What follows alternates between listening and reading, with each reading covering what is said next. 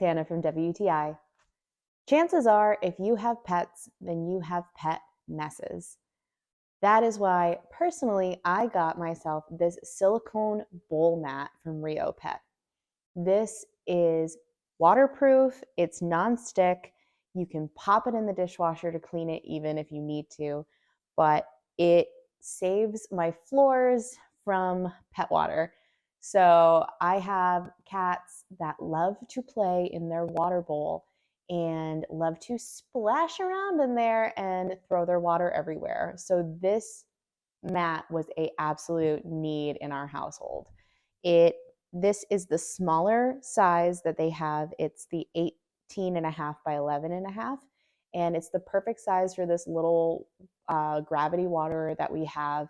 It fits right on there and gives them enough room to settle in and splish splash their water all over the place without getting my floors soaking wet.